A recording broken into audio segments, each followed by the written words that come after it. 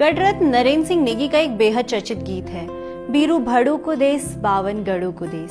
आज की कहानी शुरू करें उससे पहले इस गीत की कुछ पंक्तियां सुनिए। जुग जुग तकरालु याद सुमड़ी कुपंथ्य दादा, जीतू बगडवाल पुरिया ने थानी बीर गाथा, बीरू भड़ू को देश बावन गढ़ू को देश, बीरू भड़ू को देश बावन गढ़ू को देश।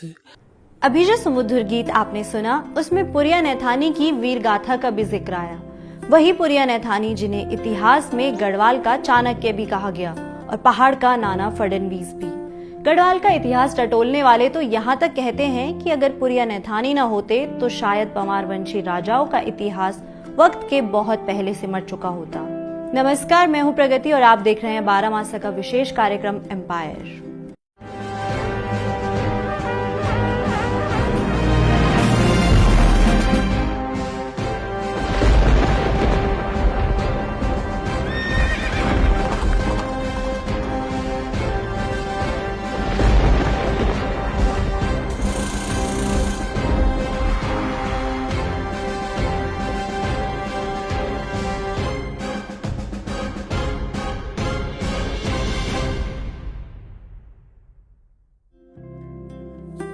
पौड़ी जिले में नैथाना नाम का एक ऐतिहासिक गांव है। अदवानी के घने जंगल और नयार नदी की अविकल धारा के बीच बसा ये गांव ऐतिहासिक इसलिए है क्योंकि इसी गांव में 22 अगस्त 1648 के दिन वीर पुरिया नैथानी का जन्म हुआ। वैसे तो उनका पूरा नाम पूरनमल नैथानी था, लेकिन बचपन में सभी उन्हें प्यार से पुरिया कहते थे। आगे चलकर भी वो वीर पुरिया के नाम से ही विख्यात हुए।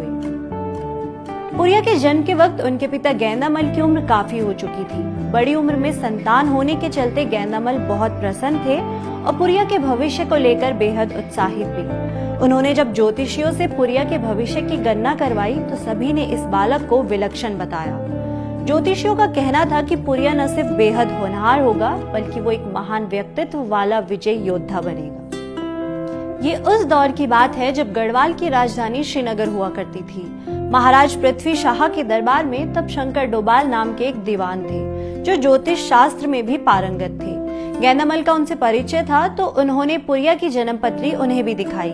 शंकर डोभाल ने भी अन्य ज्योतिषियों की तरह पुरिया के असाधारण भविष्य की बात दोहराई।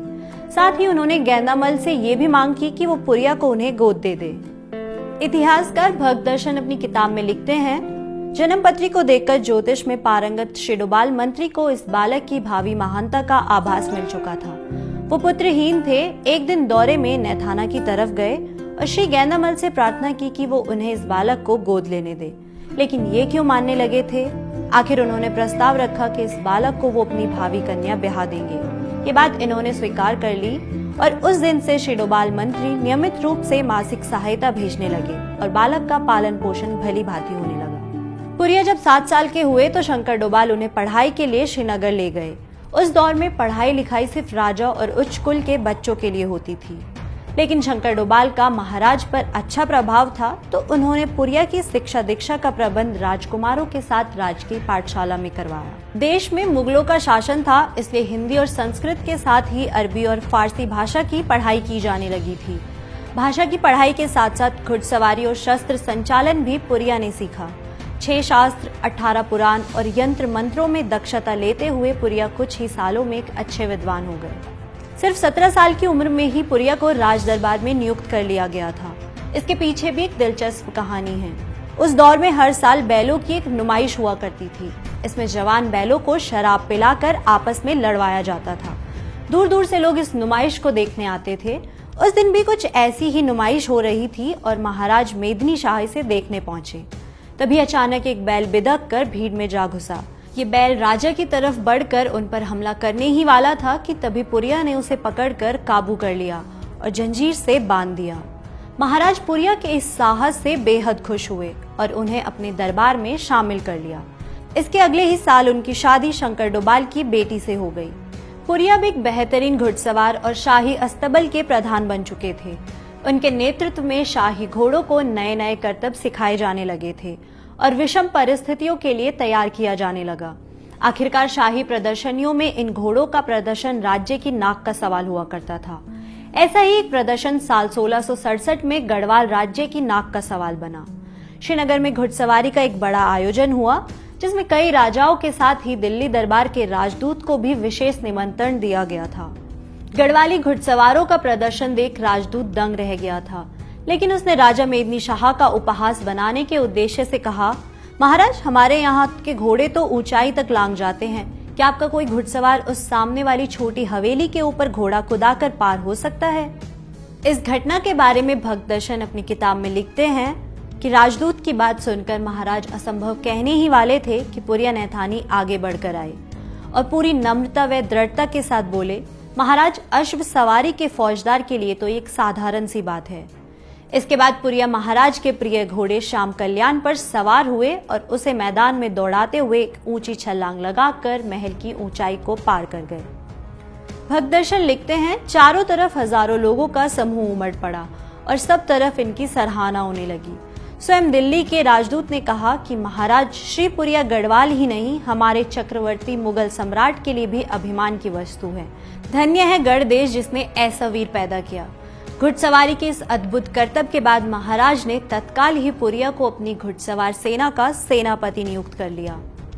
पुरिया नैथानी का असल राजनीतिक जीवन अब शुरू हो रहा था, लेकिन इसी बीच उनके जीवन में एक बेहद दुखद घटना घटी। उनकी पत्नी की एक बीमारी के चलते मौत हो गई। उनके ससुर शंकर डोभाल ने पुरिया को ये प्रस्ताव दिया कि वो उनके ही परिवार की किसी अन्य लड़की से शादी कर ले, लेकिन पुरिया ने प्रस्ताव ठुकरा दिया। हालांकि आगे चलकर उन्होंने दूसरी शादी भी की और ये मौका तब आया जब पुरिया अपनी पहली दिल्ली यात्रा पर गए। मुगल बादशाह औरंगजेब की बहन रोशन आरा की शादी का विशेष निमंत्रण गढ़ राज्य को मिला था।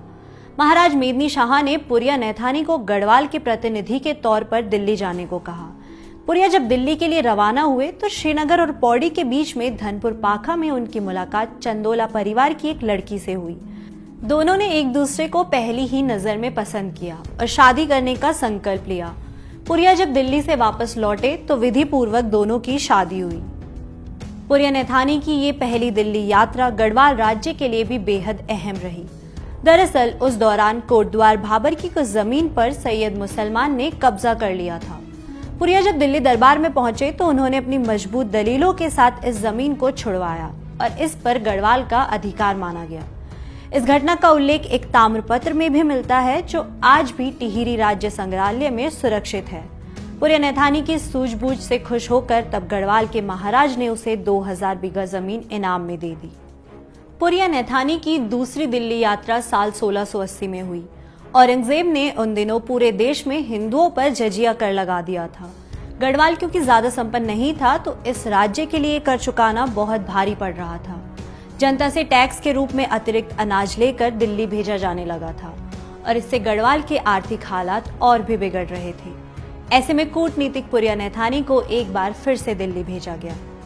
वहां एक दिलचस्प वाकया हुआ, जिसके बाद औरंगजेब ने गढ़वाल रियासत को जजिया कर से मुक्त कर दिया। इतिहासकार भक्तदर्शन लिखते हैं कि पुरिया नैथानी ने मुगल सम्राट को गढ़वाल के भूगोल और वहां की गरीबी के बारे में विस्तार से बताया। उसी शाम एक शाही भोज का आयोजन किया गया था। दरबार में पहुंचे तमाम हिंदू राजा और राजदूतों को सोने चांदी के बर्तनों में खाना परोसा गया। पुरिया जब खाना खाकर उठे तो उन्होंने अपने सामने वाले सोने चांदी के बर्तन फेंक दिए। औरंगजेब को जब इसकी खबर मिली तो उसने पुरिया को तलब किया और इस नाफरमानी की वजह पूछी। पुरिया ने जवाब दिया कि हमारा मुल्क बहुत पवित्र है, इसलिए वहाँ लोग जिन बर्तनों में एक बार भोजन कर ले उनमें दोबारा भोजन नहीं करते और उन्हें फेंक देते हैं। ये जवाब सुनकर औरंगजेब गुस्से से तमतमा उठा। उसने पुरिया नैथानी को बंधक बनाने का आदेश देते हुए कहा कि तुम तो बता रहे थे कि तुम्हारा मुल्क बहुत गरीब है, फिर ये कैसे मुमकिन है कि वहाँ लोग जिन बर्तनों में एक बार खाना खा ले उन्हें दोबारा कभी इस्तेमाल न करें। तुम लोगों के पास बहुत धन दौलत है, तभी ऐसा करते हो। पुरिया नैथानी ने बड़े सहज भाव से जवाब देते हुए कहा, सम्राट, हमारे गढ़वाल में सालू और मालू 2 ठठेरे हैं जो हर रोज नए बर्तन बना देते हैं, इसलिए बर्तनों की हमारे यहाँ कोई कमी नहीं होती। इस पर औरंगजेब और भी ज्यादा हैरान हुआ और उसने पूछा कि ये कैसे मुमकिन है कि 2 ठठेरे पूरे राज्य के लिए हर रोज नए बर्तन बना देते हैं। पुरिया नैथानी ने तब जवाब दिया कि भगवान ने हमें मालू के पेड़ दिए हैं, उसी के पत्तों को सीकों से जोड़कर हम लोग बर्तन बना लेते हैं। ये पत्ते और सीके ही हमारे मालू और सालू ठटेरे हैं। पुरिया की इस हाजिर जवाबी से पूरा दरबार खुश हुआ। औरंगजेब ने न सिर्फ इसके बाद गढ़वाल को जजिया कर से छूट दी, बल्कि पुरिया को इनाम देने की भी घोषणा की। अगले दिन विशेष दरबार लगा और श्रीनगरिया जुन्नदार यानी जनेऊ वाले ब्राह्मण को विशेष पुरस्कार देते हुए विदा किया गया। पुरिया के असाधारण राजनीतिक कौशल का परिचय तब भी मिलता है जब साल 1709 में कुमाऊं के राजा जगत चंद ने एक विशाल सेना लेकर अचानक से गढ़वाल पर आक्रमण कर दिया। इस वक्त तक महाराज मेदनी शाह का देहांत हो चुका था और उनके बेटे फतेह शाह राजा बन चुके थे। कुमाऊं से अचानक हुए इस आक्रमण के लिए गढ़वाल की सेना तैयार नहीं थी। राजा जगत सिंह की सेना आगे बढ़ते हुए राजधानी श्रीनगर तक पहुंच चुकी थी। ऐसे में पुरिया ने राजशाही को बचाने के लिए महाराज फतेह शाह को वहां से तुरंत देहरादून रवाना किया। क्योंकि कुमाऊं की सेना बहुत विशाल थी, इसलिए उस समय उससे लड़ पाना और जीत पाना बहुत मुश्किल था। ऐसे में पुरिया नैथानी ने कूटनीति से काम लिया। उन्होंने राजा जगत सिंह की सेना का विरोध नहीं किया, बल्कि उनका अतिथि सत्कार किया। कुमाऊं नरेश जगत चंद पुरिया से इतना प्रभावित हुए कि उन्होंने पुरिया को ब्राह्मण मानकर श्रीनगर दान में दे दिया और वहां से वापस चले गए। इतिहासकार पंडित रुद्रदत्त पंत इस बारे में लिखते हैं, राजा जगत चंद का ये संकल्प बड़ा विस्मयकारी था। वस्तुतः ये पुरिया जी के व्यक्तित्व और वाणी का ही प्रभाव था कि राजा जगत सिंह श्रीनगर को बिना नुकसान पहुंचाए और बिना हिंसा किए ही अपने राज्य की तरफ लौट गया। जगत चंद के वापस लौटते ही पुरिया ने महाराज फतेह शाह को वापस बुला लिया। पुरिया की इस कूटनीतिक चाल से न सिर्फ श्रीनगर की रक्षा हुई, बल्कि कुमाऊं के सीमावर्ती गांवों को भी गढ़वाल में शामिल कर लिया गया। इतिहास में गढ़ राज्य की एक और महत्वपूर्ण घटना दर्ज है। साल था 1715। राजा फतेह शाह की मृत्यु के बाद उनके बेटे दलीप शाह गद्दी पर बैठे थे, लेकिन 9 महीने के अंदर उनकी भी मृत्यु हो गई। दलीप शाह की मौत के समय उनका कोई उत्तराधिकारी नहीं था, लेकिन उनकी पत्नी गर्भवती थी। ऐसे में मंत्रियों के बीच गंभीर मतभेद होने लगे और गृह युद्ध जैसी स्थिति पड़ी। जब पुरिया नैथानी ने सभी के बीच समझौता करवाया और तय किया कि राज्य अधिकारी का जन्म होने तक दलीप शाह के छोटे भाई उपेंद्र शाह राजकार्य चलाएंगे। आगे चलकर अगर रानी को बेटा हुआ तो उसका राज तिलक किया जाएगा और अगर बेटी हुई तो उपेंद्र शाह ही राज्य करते रहेंगे। करीब 8 महीने बाद रानी ने एक बेटे को जन्म दिया, जिसका उसी वक्त राज तिलक कर दिया गया। इस तरह से नवजात प्रदीप शाह नए राजा बने। लेकिन इस पूरे घटनाक्रम के दौरान दरबारियों में आपसी मनमुटाव बेहद बढ़ चुके थे। कुछ दरबारी तो यहाँ तक योजना बना चुके थे कि नवजात राजा की हत्या करके राज्य हासिल कर लिया जाए। पुरिया नैथानी ने तब नवजात प्रदीप शाह को सबसे बचाकर अपने गांव नैथाना भेज दिया। उसने लंबे समय तक राजकुमार प्रदीप को वहीं सुरक्षित रखा और खतरा होने पर कई बार उन्हें रानीगढ़ या अदवानी के जंगल में भी छिपाए रखा। राज्य को हथियाने का सपना देखने वालों में 5 कठैत भाई सबसे प्रमुख थे। उन्होंने मंत्री शंकर डोभाल की भी हत्या कर दी और वो राजकुमार के साथ ही पुरिया नैथानी की भी हत्या की योजना बना रहे थे। लेकिन पुरिया नैथानी ने न सिर्फ राजकुमार को वर्षों तक इनसे छिपाए रखा, बल्कि अपनी सूझबूझ से कठैत भाइयों में ही आपसी फूट पैदा करवा दी, जिसके चलते वो आपस में ही लड़कर मारे गए।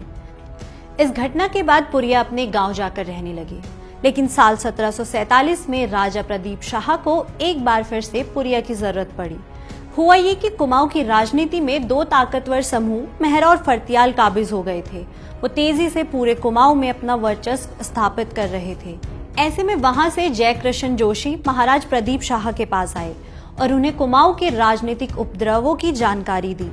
जोशी ने प्रदीप शाह को ये सलाह दी कि वो इस मौके का फायदा उठाकर उन्हें कुमाऊं पर आक्रमण करना चाहिए और पूरे क्षेत्र को अपने राज्य में शामिल कर लेना चाहिए। पुरिया की उम्र अब तक करीब 100 साल हो चुकी थी, लेकिन महाराज प्रदीप शाह को उन पर ऐसा विश्वास था कि उन्होंने पुरिया को श्रीनगर बुलवाया और उनसे मदद मांगी। हालांकि पुरिया नैथानी कुमाऊं पर आक्रमण करने के पक्ष में नहीं थे, लेकिन महाराज प्रदीप शाह की जिद पर वो लाव लश्कर लेकर जूनियागढ़ पहुंचे। वहां उनकी मुलाकात कुमाऊं नरेश के मंत्री शिवदेव जोशी से हुई। उन्होंने भी पुरिया नैथानी से यही कहा कि ये युद्ध अधार्मिक है, इसे न लड़ा जाए तो ही सबके लिए हितकर होगा। इस बातचीत के बाद पुरिया ने एक दूत को भेजकर राजा प्रदीप शाह को जूनियागढ़ बुला लिया, लेकिन इससे पहले कि प्रदीप शाह जुनियागढ़ पहुंचते, कुमाऊं की सेना ने अचानक से आक्रमण कर दिया। तकरीबन 100 साल के हो चुके पुरिया तलवार लेकर युद्ध में उतरे तो, लेकिन उनका शरीर अब उनके हौसले और इरादों की तरह मजबूत नहीं रह गया था। वो जमीन पर गिर पड़े तो वहां से वीरभद्र रुद्र सिंह ने किसी तरह उन्हें बचाया और उनकी सेना के साथ ही उन्हें सुरक्षित श्रीनगर ले आए। इस युद्ध में गढ़वाल और कुमाऊं के बीच संधि हो गई थी। भक्त दर्शन अपनी किताब में लिखते हैं, कुछ महीनों घायल रहने के बाद जब पुरिया नैथानी ठीक हुए तो उन्होंने महाराज से अपनी अंतिम इच्छा व्यक्त की। उन्होंने कहा कि गढ़वाल कुमाऊं का युद्ध प्राय प्रतिदिन की समस्या हो गई है और सीमांत की लड़ाइयों के लिए रसद व युद्ध सामग्री पहुंचाने में विकट कठिनाइयां झेलनी पड़ती है। इसलिए सर्वोत्तम उपाय ये है कि पूर्वी सीमांत पर एक मजबूत किला बनाया जाए। महाराज ने प्रस्ताव स्वीकार किया और तब द्वाराहाट से 8 मील दूर रामगंगा नदी के किनारे पर एक किला बनवाया गया। 2 साल में बनकर तैयार हुए इस किले में 500 सैनिकों के लिए हर समय युद्ध सामग्री तैयार रहती थी। ये किला अगर चारों तरफ से घिर भी जाए तो वहां मौजूद सैनिक करीब 8 महीनों तक युद्ध जारी रख सकते थे। अपनी अंतिम सलाह महाराज को देने के बाद पुरिया नैथानी राजकीय सेवा से मुक्त होकर अपने पैतृक गांव नैथाना चले गए। देहरादून के टिहरी हाउस संग्रहालय में आज भी पुरिया नैथानी के जीवन से जुड़ी कुछ झलकियां देखी जा सकती है, जिनमें उनकी 450 साल पुरानी एक तलवार भी शामिल है। 12 मासा का ये कार्यक्रम आपको पसंद आया तो इसे शेयर करें और थैंक्स का बटन दबाकर हमें समर्थन करें, ताकि हम लाते रहें ऐसी ही दिलचस्प कहानियां। 12 मासा।